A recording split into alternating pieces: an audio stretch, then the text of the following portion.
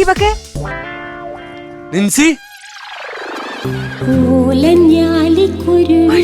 ഇളം കാറ്റിലാടി വരൂ നീ. ദൈവമേ, എത്ര വർഷമായി കണ്ടിട്ട്. എടി എനിക്ക് പെട്ടെന്ന് കണ്ടപ്പോ നിന്നെ എനിക്ക് മനസ്സിലായില്ല. നീ ആകെ വണ്ണമൊക്കെ വെച്ച്. ആണോ? ദൈവമേ, സ്കൂളിൽ പഠിച്ചപ്പോ ഞാൻ ഇങ്ങനെയല്ലേ ഇരുന്നത്. അന്ന് കണ്ടതല്ലേ, പിന്നെ നിന്നെ ഇപ്പോഴല്ലേ കാണുന്നത്. അതെ അതെ അതെ. നീ എന്താ ഇവിടെ? ഞാൻ കട്ട് ചെയ്യാൻ വന്നതാ. എന്ത് കട്ടിയാ? അല്ല അല്ല അല്ല, ഫോൺ പെട്ടെന്ന് കട്ടായി. ഞാനേ വേറൊരു ഡീലിന് വേണ്ടിട്ട് വന്നതാ. അല്ല നീ എന്താ ഇവിടെ? എടാ, ഞാനിപ്പോ ഈ ഹോസ്പിറ്റലിലെ വർക്ക് ചെയ്യുന്ന. ഞാനിപ്പോ ഇവിടുത്തെ ഡോക്ടറാ. നീ ഡോക്ടറാണെന്നറിയോ, പക്ഷെ ഈ ഹോസ്പിറ്റലിലെ ഡോക്ടറാണെന്ന് എനിക്ക് ഇപ്പഴാ മനസ്സിലായത്. ഇവിടുത്തെ ഡോക്ടറാ. അതെല്ലേ? എന്റെ ദൈവമേ, എടാ സ്കൂളിൽ പഠിച്ചപ്പോ നമ്മൾ എന്തൊരു പ്രേമമായിരുന്നടാ. പിന്നെ നിനക്കതൊക്കെ ഓർമ്മയുണ്ടാ?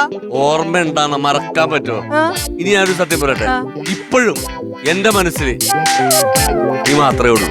നീ എന്താ തിരിഞ്ഞു നോക്കുന്നത്? അല്ല, പറയുന്ന അടിവനുണ്ടാന്ന് നോക്കിയതാണ്. എന്റെ ദൈവമേ, അന്ന് എത്ര നാള് നീ എന്റെ പുറകെ നടന്നിട്ടാ ഞാൻ നിന്നെ ഇഷ്ടമാന്ന് പറഞ്ഞത് അല്ലേ?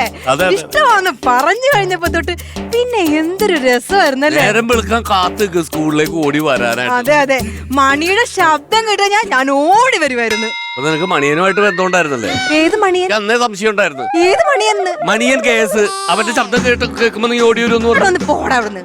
മണിയനും ഒന്നും അല്ല, മണി ബെല്ലടിക്കുമ്പോഴത്തേക്ക് ഞാൻ ഓടി വരുമായിരുന്നു നിന്നെ കാണാനായിട്ട്. നിനക്കേ ലവ് ലെറ്റർ തരാൻ വേണ്ടി ഞാനൊരു വരവ് വന്നിട്ടാ ടീച്ചറിന്റെ. എനിക്ക് ഓർമ്മയുണ്ട്, മറ്റേ മലയാളം ടീച്ചർ പിടിച്ചതല്ലേ, ഉഷ ടീച്ചർ.